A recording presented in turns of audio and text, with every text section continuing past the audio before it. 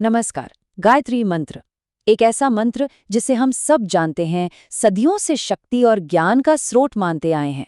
पर क्या कभी सोचा है कि यह सिर्फ कुछ शब्दों का संग्रह है, या फिर इसके अंदर ब्रह्मांड के कुछ ऐसे गहरे रहस्य छिपे हैं जिन्हें हम आज मिलकर खोलने की कोशिश करने वाले हैं। तो सवाल यही उठता है ना, कि क्या गायत्री मंत्र सिर्फ एक प्रार्थना है या फिर ये ब्रह्मांड का कोई छिपा हुआ नक्शा है। क्या ऐसा हो सकता है कि इसके हर एक अक्षर में एक कोड हो, एक ऐसा कोड जो हमारी सोई हुई शक्तियों को जगा सकता हो। तो इस सफर में हम कहाँ कहाँ से गुजरेंगे?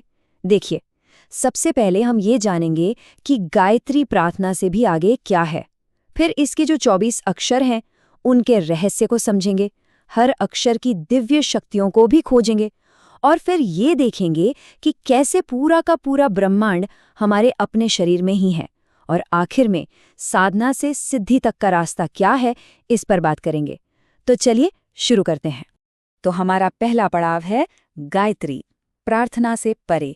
देखिए, हम सब इसे एक प्रार्थना की तरह तो जानते ही हैं, पर इसका असली मकसद, इसकी असली क्षमता क्या है? क्या ये उससे कहीं ज्यादा है? अब जैसा कि हम सब जानते हैं, गायत्री मंत्र का जो मूल भाव है वो है सद्बुद्धि की प्रार्थना। सद्बुद्धि मतलब एक ऐसी समझ, एक ऐसी दिव्य बुद्धि जो सही और गलत में फर्क कर सके। और सच कहूं तो यही वो बुनियाद है जिस पर बाकी सब कुछ टिका है। लेकिन कहानी यहाँ खत्म नहीं होती, ये तो बस शुरुआत है। जरा सोचिए, अगर ये सिर्फ एक प्रार्थना ना हो बल्कि एक पूरा का पूरा आध्यात्मिक विज्ञान हो, तो क्या ऐसा हो सकता है कि इसका हर अक्षर एक स्विच की तरह काम करता हो जो ब्रह्मांड की किसी खास शक्ति को ऑन कर दे? चलिए इसी रहस्य की गहराई में उतरते हैं। और इसी के साथ हम आते हैं अपने दूसरे पड़ाव पर, 24 अक्षरों का रहस्य। क्योंकि इस मंत्र की जो असली शक्ति है ना, उसका स्रोत कहीं और नहीं बल्कि इसके इन्हीं 24 अक्षरों में छिपा है। 24 ये सिर्फ एक नंबर नहीं है, ये एक कोड है। समझ लीजिए कि गायत्री मंत्र के ये 24 अक्षर 24 पावरफुल बीजों की तरह है, और हर एक बीज में अनंत शक्तियों को जगाने की, उन्हें अंकुरित करने की क्षमता है। ये हैं वो 24 अक्षर। अब देखिए, जब ये सब एक साथ आते हैं तो वो सद्बुद्धि की प्रार्थना बन जाती है, जिसे हम सब जानते हैं। लेकिन जब इन्हें अलग अलग करके देखा जाता है, तब खेल बदल जाता है। तब हर एक अक्षर एक चाबी बन जाता है, एक ऐसी चाबी जो एक अलग ही दिव्य शक्ति का ताला खोलती है। तो अब हम पहुंच गए हैं तीसरे पड़ाव पर, अक्षरों की दिव्य शक्तियां। अब हम असल में ये जानेंगे कि आखिर ये अक्षर कौन सी ऊर्जाओं को कंट्रोल करते हैं और उनसे कौन सी सिद्धियां, कौन सी उपलब्धियां हासिल हो सकती हैं। अच्छा, इसे समझने के लिए ना 2 शब्दों को पकड़ना बहुत जरूरी है, शक्ति और सिद्धि। अब ये क्या है? देखिए, शक्ति को आप एक बीज की तरह समझ सकते हैं, और सिद्धि है उस बीज से उगने वाला फल। मतलब शक्ति अगर पोटेंशियल है तो सिद्धि उसका रिजल्ट है। सीधी सी बात है, बिना शक्ति के सिद्धि हो ही नहीं सकती। इसको एक और उदाहरण से समझते हैं, बड़ा कमाल का है। जैसे दूध तो एक ही चीज है ना? पर वही दूध एक पहलवान के लिए शरीर में बल बनाता है और एक स्टूडेंट के लिए दिमाग तेज करता है। चीज एक, फायदे अलग अलग। बिल्कुल यही बात शक्ति पर लागू होती है। शक्ति एक ही है, पर वो साधक के हिसाब से, उसकी जरूरत के हिसाब से अलग अलग नतीजे देती है। यही तो है गायत्री की ऊर्जा का पूरा सिद्धांत। चलिए कुछ उदाहरण देखते हैं। जैसे पहला अक्षर है तत्।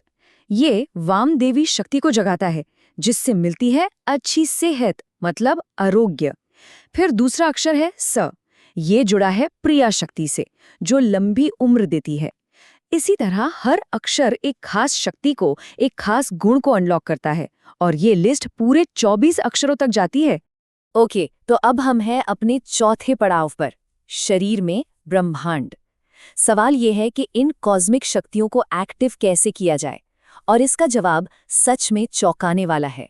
ये शक्तियां कहीं बाहर नहीं है, ये हमारे अपने ही शरीर के अंदर मौजूद हैं।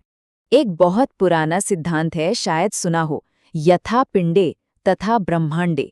इसका सीधा सा मतलब है, जो ब्रह्मांड में है वही शरीर में है।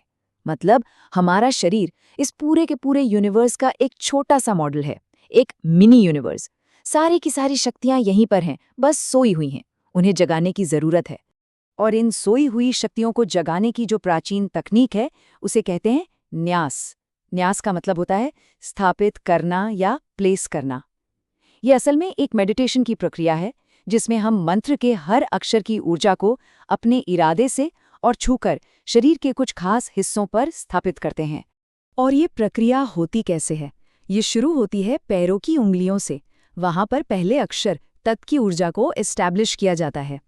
फिर स की ऊर्जा को टखनों पर, वी को पिंडलियों पर, और ऐसे ही एक एक करके सभी 24 अक्षरों की ऊर्जा को शरीर में ऊपर की ओर सिर तक अलग अलग हिस्सों में स्थापित किया जाता है। ये सिर्फ कोई रस्म नहीं है, ये अपने शरीर को एक जीता जागता मंदिर बनाने की प्रक्रिया है। और अब हम आ गए हैं हमारे 5वें और आखिरी पड़ाव पर, साधना से सिद्धि तक। तो सवाल यह है कि इस पूरी प्रक्रिया का, इस पूरी साधना का आखिरी मकसद क्या है? ये सफर मंत्र को सिर्फ रटने से कहीं बहुत आगे ले जाता है और सेल्फ रियलाइजेशन का एक बहुत ही पावरफुल जरिया बन जाता है। तो असली मकसद सिर्फ मंत्र का जाप करना नहीं है। असली मकसद है हर अक्षर से जुड़े उस डिवाइन गुण को, उस खासियत को अपने अंदर जगाना जो पहले से ही हमारे अंदर है, बस सोया हुआ है। ये ठीक वैसा ही है जैसे अपने ही भीतर छिपे किसी खजाने को खोलना। तो चलिए एक बार फटाफट देख लेते हैं कि आज हमने क्या क्या समझा। पहली बात, गायत्री मंत्र सिर्फ एक प्रार्थना नहीं बल्कि एक बहुत ही सोफिस्टिकेटेड आध्यात्मिक टेक्नोलॉजी है। दूसरी बात, इसकी 24 अक्षर उन 24 दिव्य शक्तियों की चाबियां हैं जो हमारे ही अंदर हैं। तीसरी बात, न्यास जैसी प्रैक्टिसेस हमें इन शक्तियों से कनेक्ट करने में मदद करती हैं। और सबसे जरूरी बात, असली सिद्धि कोई जादू या चमत्कार नहीं है बल्कि अपनी ही सबसे ऊंची पोटेंशियल तक पहुंचना है। तो जाते जाते एक सवाल छोड़ जाता हूं सबके सोचने के लिए। हमारे अंदर ऐसी कौन सी दिव्य शक्ति है जो जागने का इंतजार कर रही है? क्या वो अच्छी सेहत है, मन की शांति है, या फिर गहरा ज्ञान?